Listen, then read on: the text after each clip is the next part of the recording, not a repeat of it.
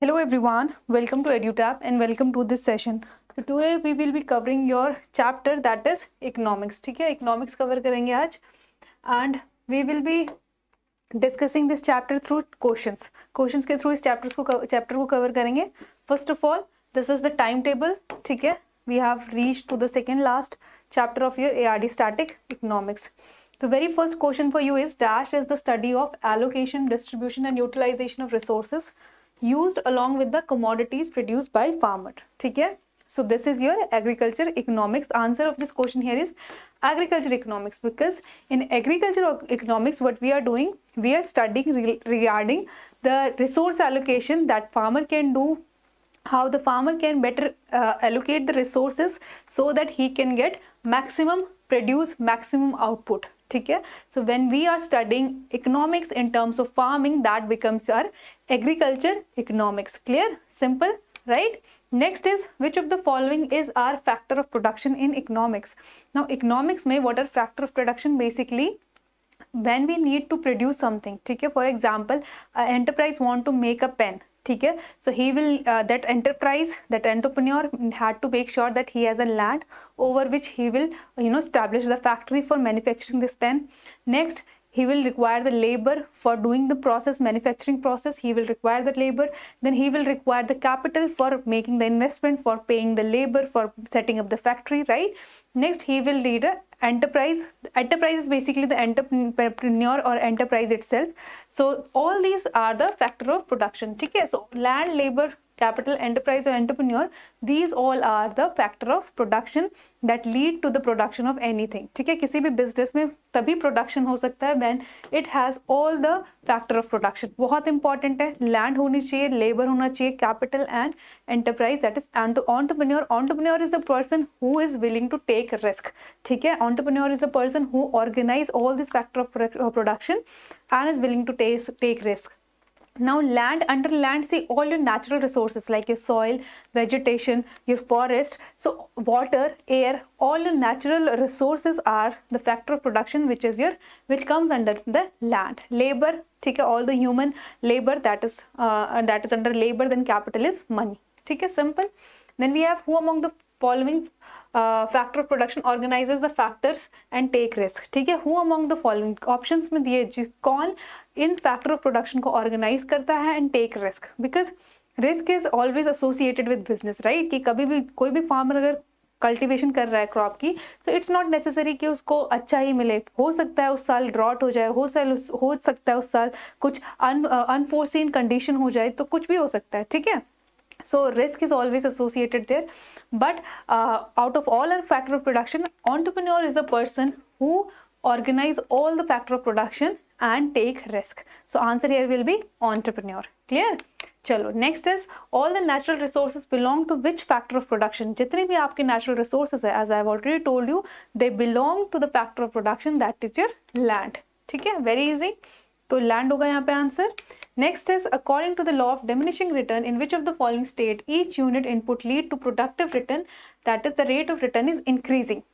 इसका क्या मतलब है? बेसिकली यहाँ पे दो जो आपका diminishing return है, आपने if you have ever studied the graph of diminishing return, law of diminishing return, उसके according क्या होता है? There are 3 stages. ठीक है, in the very first stage the input that we put that the input that an enterprise of farmer that he source और that जो भी input वो farmer अपने enterprise पे लगाता है उसका डायरेक्टली प्रोपोर्शनल होता है आउटपुट में. ठीक है, जो आउटपुट निकलता है वो डायरेक्टली प्रोपोर्शनल होगा जितना फार्मर इनपुट लगाएगा फर्स्ट स्टेज में. फिर दूसरे स्टेज में क्या होता है? फार्मर्स और ज़्यादा इनपुट लगाएंगे, लाइक फॉर एग्जांपल फर्टिलाइजर. ठीक है, फर्टिलाइजर जितना रिक्वायर्ड है उतना लगा दिया, जैसे जैसे बढ़ाया, जब तक उसकी रिक्वायरमेंट है आपकी प्रोडक्टिविटी भी बढ़ेगी. बट अगर आपने उससे ज़्यादा बढ़ा दिया फिर क्या होगा? प्रोडक्टिविटी भी बढ़ेगी बट एक डिक्रीजिंग रेट में, उस रेट में नहीं बढ़ेगी जिस रेट में पहले स्टेज में बढ़ रही थी. लास्ट स्टेज में क्या होता है?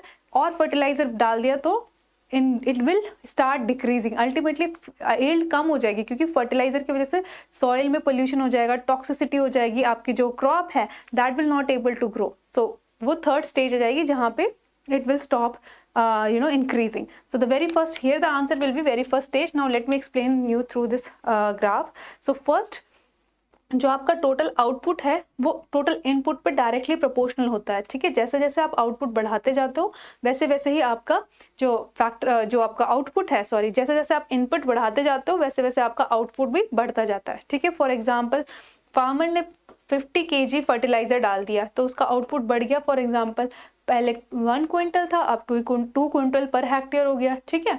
तो ऐसे ही जैसे जैसे हम और बढ़ाते जाएंगे ये बढ़ता जाएगा, बट एक पॉइंट आएगा जहाँ पे अब जो बढ़ेगा वो डिक्रीजिंग रेट में बढ़ेगा। लाइक फॉर एग्जाम्पल यहाँ तक ये 4 क्विंटल तक आ गया, यहाँ से 2 से 4 आ गया। नाउ अब जब बढ़ेगा अब हम और बढ़ाएंगे तो इट विल बी जस्ट 5, ठीक है। अब सिर्फ 1 क्विंटल का गैप होगा। तो अब जो बढ़ा इसके बाद जो बढ़ता है वो डिक्रीजिंग रेट में बढ़ता है, उस रेट में नहीं बढ़ता जिस रेट पे यहाँ पे बढ़ रहा था, right. Next is your in decreasing, it start declining. जो आपका प्रोडक्शन है वो कम होता रहेगा, as you can see the graph is going down. आप इनपुट चाहे कितना बढ़ा लो, the productivity the yield will decline, ठीक है। So these are the 3 stage. First stage, unit input lead to productive return and the rate of return is increasing. Next is here, each unit of input lead to productive return but decreasing rate not increasing rate, ठीक है। जो बढ़ेगा वो decreasing rate में बढ़ेगा। Third is यहाँ पे productivity do not increase at all, यहाँ पे it starts decreasing because of negative and become negative at certain point, किसी किसी टाइम पे तो नेगेटिव भी चली जाती है, ठीक है। And a farmer should not operate at this zone, इस जोन में फार्मर को ऑपरेट नहीं करना चाहिए, बिकॉज यहाँ पे हम इनपुट बहुत ज़्यादा दे रहे हैं, आउटपुट कुछ मिल ही नहीं रहा, तो कोई फायदा ही नहीं है, राइट। तो इस जोन में नहीं ऑपरेट करना चाहिए फार्मर को, इनफैक्ट इसमें भी नहीं, अप टू द मैक्सिमम, ठीक है। जहाँ पे फार्मर ने देख लिया ओके इतने से मेरे को मैक्सिमम मिल रहा है उतना ही फार्मर को इनपुट अप्लाई करना चाहिए, ठीक है। Next question with that, according to law of diminishing return, in which of the following stage each unit of input lead to productive return but at decreasing rate, ठीक है। अब productive return मिल रहा है but decreasing rate में मिल रहा है, तो right answer for here is stage 2, ठीक है। हमने डिस्कस कर दिया था stage 2 में productive return हमें मिल रहा था but not at increasing rate, it is at decreasing rate, clear. चलो ये हो गया इसका answer. According to law of diminishing return, in which of the following stage productivity do not increase at all, ठीक है। कौन सी स्टेज में productivity do not increase at all, so that is your stage 3, ठीक है। Stage 3 में productivity बिल्कुल भी नहीं बढ़ती है, वो कभी कभी नेगेटिव में भी जा सकती है, clear. So right answer is stage 3। Now next question here is, short term credit has a repayment period for how many month, ठीक है। Now what is this short term credit, basically जो farmers को loan दिया जाता है, ठीक है, उसका अब डिफरेंट टाइप के लोन दिए जाते हैं फार्मर्स का, और उनका different type of repayment, different repayment period होता है। सो शॉर्ट जो टर्म क्रेडिट होता है उनका रीपेमेंट होता है 6 to 18 मंथ, ठीक है। अब ये डिफरेंट टाइप के हैं क्या, फर्स्ट इज शॉर्ट टर्म जो कि बहुत ही माइनर इनपुट्स में दिए जाते हैं, फॉर एग्जांपल फर्टिलाइजर, सीड, और आपका कोई लेबर को आपको वेजेस देने हैं, तो for that purpose farmers take this short term credit and this the repayment period here is 6 to 18 month, ठीक है। So that is short term credit. Then medium credit, it is a repayment period here is 2 to 5 month, ठीक है। अब कोई farmer को implement लेना है, bullock खरीदना है, डेयरी एनिमल खरीदना है, तो उसके लिए थोड़ा पैसा ज़्यादा चाहिए, इसीलिए यहाँ पे आपका रीपेमेंट ईयर भी टाइम भी बढ़ जाता है, that is 2 to 5 year. Then we have long term credit, so it is given for more than 5 years, ठीक है। 5 साल से ज़्यादा के लिए दिया जाता है योर लॉन्ग टर्म क्रेडिट, और इसका जो भरपाई, that is it should be repaid half yearly और इन एनुअल इंस्टॉलमेंट, ठीक है। हाफ ईयरली और एनुअल इंस्टॉलमेंट के फॉर्म में you can give back this long term credit, as well as similarly your medium term credit can be given half yearly or in annual installment, ठीक है। So that is the difference between these three. Next question for you is, what is the operating ratio under farm management? Now whenever we are doing farm, ठीक है, जब भी कोई farm, and whenever a farmer take a farm as a business, farming as a business, so he take a account of all his net worth, his gross income, his assets, his liability, ठीक है, and based on that we calculate few ratios, उससे पता चलता है कि how effectively he is running his farm, ठीक है। So for that, first is your operating ratio, that is the total operating expense upon gross income. So जितने भी उसके operating expenses है, for example he has he has asked labor to do some operation, so he need to pay the wage to the laborers. Now जितने भी इसकी operating tractor he is using in the farm, तो that is under the operating cost, right? तो जितने भी इसके operating expenses upon उसकी gross income, that is your, the ratio is called as operating ratio. ठीक है, now these are the different type of ratio which are important. ठीक है, you can take the screenshot. So first is net capital ratio, that is total asset upon total liability. Current ratio is current asset upon current liability. Asset test ratio is quick asset upon quick liabilities. Now total asset total liabilities means, asset means the thing, like for example farmer has taken 1 lakh loan, ठीक है, so he is now liable to pay this 1 lakh loan. so 1 lakh जो रुपए हैं उसकी वो liability है, but उस 1 लाख रुपए से उसने ट्रैक्टर खरीदा फॉर इंस्टेंस, तो अब वो ट्रैक्टर उसका एसेट बन गया, ठीक है, अगर क्योंकि उस ट्रैक्टर को बेचेगा he will get some money, right? तो that is the asset of the farmer. Similarly current asset current liabilities, basically जो करंट एसेट्स होते हैं like your seeds, your fertilizer, they are current assets, ठीक है. Similarly current liabilities होती हैं जो farmer को उसी टाइम मतलब विद इन शॉर्ट ड्यूरेशन पे करनी होती है, that is current liabilities. Clear? जैसे कि short term loans, right? Similarly debt equity ratio is your debt upon owner equity और नेट वर्थ, ठीक है. Total asset turnover is calculated by net sale upon total asset.